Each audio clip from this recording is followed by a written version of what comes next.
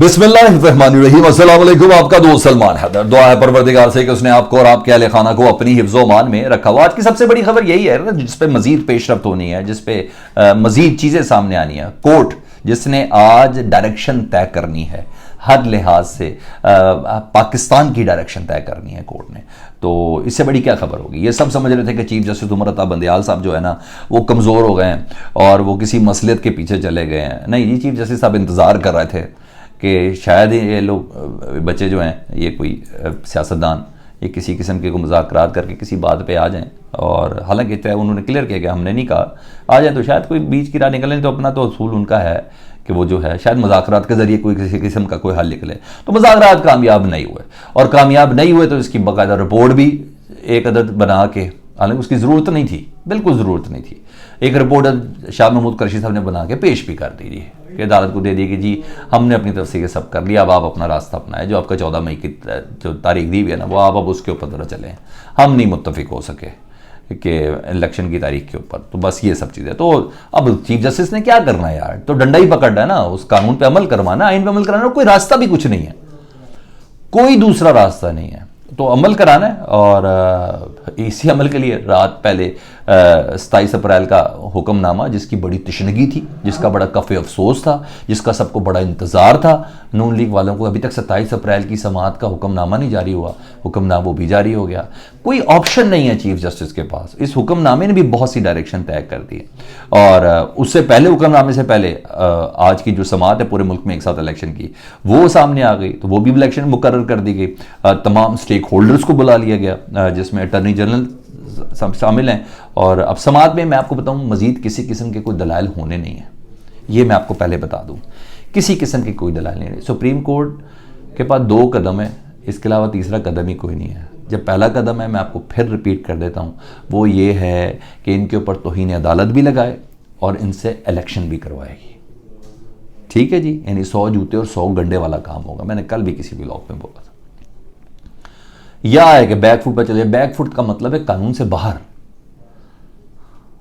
आइन की कदगनों से बाहर आप चले जाएंगे, तो वो सुप्रीम कोर्ट नहीं कर सकती ना चीफ जस्टिस, उन्होंने वही बात करनी है। तो अब मैंने बोला कि मजीद अब आज किसी किस्म के दलाल तो होने नहीं है। मेरी बेस्ट जितनी अंडरस्टैंडिंग है सुप्रीम कोर्ट की प्रोसीडिंग्स के हवाले से, जितना मैं कानून को समझता हूँ, फाइंडिंग अदालत दे चुकी हुई है ना, इसलिए समाअत में किसी किस्म के दलाल की जरूरत ही नहीं है। 14 मई के अहकामात दे चुके, तमाम दलाइल, तमाम पेशियों के बाद, तमाम रिपोर्ट्स को चेक करने के बाद, DG ISI की मुलाकात के बाद, DG MO की मुलाकात के बाद, ये तमाम DG मिलिट्री इंटेलिजेंस MI की मुलाकात पर, सब की मुलाकातों के बाद है ना, 14 मई की तारीख दे चुकी हुई है सुप्रीम कोर्ट। जब सुप्रीम कोर्ट दे चुकी है तो दलाइल किस बात के? तो अब सिर्फ डंडा है कि भाई क्यों नहीं अमल कर रहा है। अगर हद से अगर हल्का भी हाथ रखे ना, तो सुप्रीम कोर्ट डंडा उठा के क्यों नहीं अमल कर रहे भाई, 8 दिनों में अमल करो, 8-9 दिन रह गए हैं इलेक्शन कराने के लिए, करो इस पर अमल।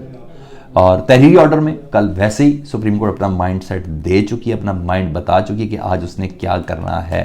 यानी 14 मई के इंतखाब का हुक्म अपनी जगह बरकरार है। जी हाँ, 27 अप्रैल के तहरीरी हुक्मनामे में ये लिखा गया है कि 14 मई का इंतखाब का हुक्म अपनी जगह बरकरार है, इंटैक्ट लफ्ज़ है। और ये जो बार बार तबर्रा किया जा रहा था ना कि सुप्रीम कोर्ट कब से पंचायत का किरदार अदा कर सकती है, सुप्रीम कोर्ट कब से तारीख दे सकती है, सुप्रीम कोर्ट कब से कह सकती है कि आप लोग बीच में मुज़ाकरात करें, सुप्रीम कोर्ट कब से कह सकती है कि आप लोग को मसहालत करें, सुप्रीम कोर्ट कैसे कह सकती है, उन्होंने कहा क्लियर कर दिया जी। बिल्कुल, मुज़ाकरात का क्यों कहा सुप्रीम कोर्ट ने? भाई बड़े बड़े इजलास हो गए इसके ऊपर, आपको ख्वाजा आसिफ साहब, आपको जावेद लतीफ़ सबकी थी ना, उन्होंने कहा भाई क्या हो गया है। ऑर्डर में बताया अदालत देखिए, हमने किसी भी सियासी जमात को मुज़ाकरात का ना हुक्म दिया, ना ही हिदायत दी है। हमने किसी को कुछ नहीं कहा कि आप मुज़ाकरात करें या आप किसी किस्म की कोई आपको हिदायत दी हो सियासी जमातों को। हमने किसी किस्म की कोई ऐसी बात नहीं की। सियासतदानों ने मुज़ाकरात जो किए, ये इनकी अपनी कोशिश थी। हाँ, इस कोशिश को हम ज़रूर सराहते हैं। सियासी जमात को मुज़ाकरात करने का हुक्म नहीं दिया और ना ही हमने किसी किस्म की हिदायत की है। ठीक है जी। तो आज मेरा ख्याल है कि नेक्स्ट लेवल टच होगा अदालत की तरफ से, और वो बहुत ख़तरनाक हो सकता है। उसमें बहुत सी चीज़ें हैं ना, और दिलचस्प बात यह है कि अभी प्रोसीडिंग आज है तो कल से ही धमकियाँ शुरू हो चुकी हैं। और बड़े शानदार तरीके से शुरू हुई हैं जी। एक तो पार्लियामेंट के इजलास में जो धमकियाँ तो खैर काफ़ी दिनों से ही पार्लियामेंट के अंदर से भी बहुत चल रही है ना, बाहर आके नहीं बोलते, पार्लियामेंट के अंदर बोलते हैं या एक दो प्रोग्रामों के अंदर बोल देते हैं। तो पार्लियामेंट के अंदर तो वो सब चल ही रही थी ना, तो अब ये अचानक पार्लियामेंट का इजलास भी बुला सकते हैं जो कल के लिए शेड्यूल है जी, वो भी जॉइंट सेशन ये आज बुला सकते हैं। और क्या पता वज़ीर आज़म बरतानिया के बरतानिया में ही रह जाएं, ये भी मैं आपको बता दूं। वो ताज पोशी काफ़ी चीज़ों पे आ सकती है। मैं बता रहा हूँ कि सुप्रीम कोर्ट नाना नेक्स्ट लेवल पे है। अल्लाह करे कोई ऐसी राह हो जो मेरे दिमाग तक भी नहीं पहुँच रही, लेकिन बहरहाल मुझे जो नज़र आ रहा है सर 2 + 2 = 4 वही है। नवाज शरीफ साहब ने कल कह दिया जी, सवाल पूछा जी, उन्होंने कहा हम तो 3 जजेस का फैसला को मानते ही नहीं है, हम तो 4-3 के फैसले को मानते ही नहीं है, हम तो 4 दिन के फैसले को मानते, 2 दिन के फैसले को नहीं मानते।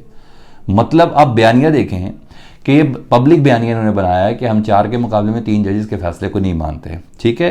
और फिर उसी बेंच के आगे पेश भी होते हैं, उसी बेंच को आगे रिपोर्टें भी पेश करते हैं। जब वो कहती है कि ये रिपोर्ट पेश करें, वो रिपोर्ट पेश करें, वो रिपोर्ट पेश करें, उधर ये कह रहे हैं। तो आपको समझ आ रही है कि इस फड्डे का जो मंबा है, जो स्टार्स जिसने क्लियर, जिसने बदला, जिसने तस्कीन देनी है, वो लंदन में बैठे हुए हैं। तो ये ऐसे ही इनकी डोरें कोई और हिला रहा है, तो ये इनकी डोरें उधर से हिल रही है, ठीक है जी। ये है, तभी तो समझे ना, डोरें हिलाने के बदले तो जनरल बाजवा को माफ़ी मिली है। अब कल मुस्लिम लीग की जुबान थकती नहीं थी जनरल बाजवा का मातम करते हुए, अब नाम लेके दिखाए ना सर, क्या हो गया है। कुछ देने के बाद इजाज़तें मिली हुई हैं, तो वो इजाज़तें ये कि अब हमने रगड़ देना सुप्रीम कोर्ट को, तो वो यही वजह है कि हम नहीं मान रहे। तो इनकी धमकियों की पोजीशन ये है, और वो ये कह रहे हैं मतलब हम मानते भी नहीं। अच्छा, ये भी हो गया, पोजीशन उन्होंने बता दिया जी। इरफान कादिर साहब को टास्क दिया गया, जो इलेक्शन कमीशन के वकील हैं, वैसे मुशीर हैं प्राइम मिनिस्टर ऑफ पाकिस्तान के। उन्होंने कहा सुप्रीम कोर्ट पार्लियामेंट का कुछ भी नहीं कर सकती, सुप्रीम कोर्ट पार्लियामेंट का कुछ भी नहीं कर सकती।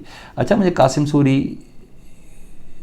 पार्लियामेंट के थे ना, तो सुप्रीम कोर्ट नहीं उनके ऑर्डर को नल एंड वॉइड किया था ना, पार्लियामेंट में थे ना। अच्छा, बस मैंने कहा ये मैं आपको बता दूं। उन्होंने कहा सुप्रीम कोर्ट पार्लियामेंट का कुछ नहीं कर सकती। ये जो 3 जज है ना, जिसमें चीफ जस्टिस पाकिस्तान, ये खुद बंद गली में आ चुके हैं। अब धमकी चेक करें कैसे मजेदार तरीके से लगाई है। 3 जजेस सुप्रीम कोर्ट नहीं, अकलियत हैं, इरफान कादिर साहब कह रहे हैं। लेकिन चीफ जस्टिस समझता है कि वो खुद सुप्रीम कोर्ट है।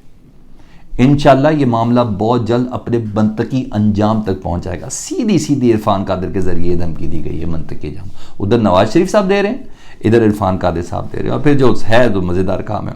और इसी तनाजुर में आपको पता है यार, क्या वैसे फोर्स ही है पाकिस्तान तहरीक इंसाफ की।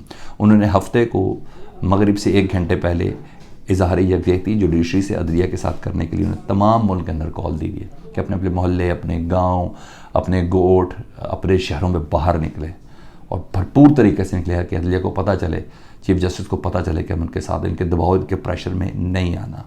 यानी कल जुम्मे का, हाँ आज जुम्मे का दिन है, और ये जुम्मा गवर्नमेंट के लिए अगर मुबारक हो गया ना, ये वाला मुबारक हो गया ना, और गवर्नमेंट ने किसी सख्त रद्द-ए-अमल या किसी एहतजाज की तरफ गई, तो पीटीआई ईंट का जवाब पत्थर से देगी बरोज़ हफ्ता। तो ये चीज़ें ऑलरेडी पाकिस्तान तहरीक इंसाफ के अपनी पाइपलाइन में। एक और चीज़ थी, मैंने कहा मैं वो ज़रा थोड़ा सा क्लियर कर दूँ। बुशरा बीबी जिन्होंने, जिनसे मुतल्लिक़ मरियम नवाज़ पहले दिन से ही जो इल्ज़ाम लगाती रही, और करोड़ों की रिश्वत, फिर डायमंड, फिर पता नहीं क्या क्या चीज़ें ये सब कहती रही, तो बुशरा बीबी ने बिलाखिर ना कानूनी नोटिस जारी कर दिया जी, दिलवाया जी। उन्होंने कहा माफ़ी मांगे या सबूत पेश करें। सबूत तो यकीनन मरियम बीबी के पास कोई नहीं है ना, क्योंकि वो, मगर मरियम बीबी का सबूत नहीं है तो मरियम बीबी क्या करें, जब कहने के भी कुछ नहीं, तो फिर बुशरा बीबी लेके आनी थी ना, बीच में कुछ बदले हैं ना, वो पूरे करने हैं, तो वो पूरे करने थे। तो अब ख़वातीन की ये जंग शुरू हो चुकी है। मरियम नवाज़ ने सियासी रिस्पॉन्स ज़रूर दिया, जिसको पॉलिटिकल रिस्पॉन्स ज़ाहिर बात है बुशरा बीबी तो नहीं कर सकती है, ना करती हैं, ना उनकी प्रैक्टिस है, तो पीटीआई तो उनको देगी। मरियम बीबी ने क्या कहा, उन्होंने कहा चलें इसी बहाने अदालत को तो जाएंगे ना, और जाएंगे तो उनकी अपनी ही चोरियाँ खुलेगी, इन्हीं को जवाब देना पड़ेगा। नहीं मरियम बीबी, आपको जवाब देना पड़ेगा, बारे सबूत आपके पास है, इल्ज़ाम आप लगा रही हैं। ये बुशरा बीबी ने नहीं क्लियर कर रहा। अच्छा, जिनके सबूत उनकी अपनी आवाज़ में है, वो मेरा ख्याल है मलिक रियाज साहब की जो अपनी बेटी के साथ बातें चल रही थी ना, जी अबू जी कह के, ये उसका रेफरेंस दे के सारी बातें कर रही हैं। तो इनके पास कुछ भी नहीं है। और ये मरियम बीबी फंसेंगी, नहीं तो माफ़ी मांगेंगी। अल्लाह करे पाकिस्तान में ऐसा हो जाए कि इन नोटिस के जवाब खैर ख्वाही के साथ हो सकें, लेकिन बहरहाल ये सब हुआ है। मतलब आइंदा की उन्होंने धमकी भी दिया, कुछ मजीद ऑडियोज उनके पास होंगी जिसको उन्होंने कोई फैक्ट्री बना दिया होगा, तो ये सब कुछ है।